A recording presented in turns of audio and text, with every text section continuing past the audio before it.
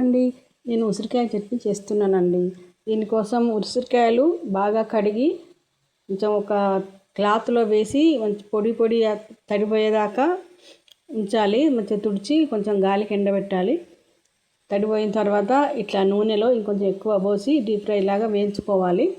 తర్వాత ఇది అదే ఆయిల్తో దీంట్లో మళ్ళీ పువ్వు అంటే ఆవాలు, జీలకర్ర, మెంతులు, ఇంకా కొన్ని పోపు దినుసులు, తర్వాత వెల్లుల్లి వేసి, తర్వాత ఇప్పుడు నేను దంచి పెట్టుకున్నా కదండి, ఇవి మెంతులు ఫస్ట్ వేయించాను. అవి కొంచెం వేగాక కొంచెం జీలకర్ర వేసాను.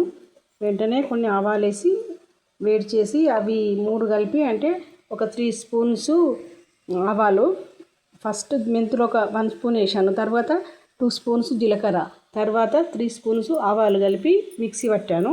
ఈ మిక్సీ పట్టిన పొడి దీంట్లో వేసాను. కారం, వెల్లుల్లి, పోపు దినుసులు తర్వాత కారం వేసాను. కారం తర్వాత ఈ పొడి వేసాను. తర్వాత ధనియాల పొడి వేసాను. ఒక 3 నిమ్మకాయలు పిండుకున్నానండి. ఇదంతా దీంట్లో కలిపి ఉంది. ఉప్పు కూడా దీంట్లో వేసి పట్టాను.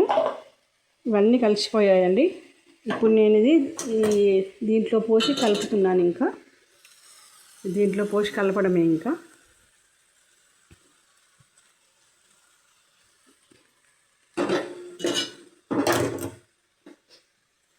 ఇట్లా కలపడమేనండి. ఓకేనండి. ఇది కలిపి మంచిగా కలిపి ఎత్తుకోవాలండి.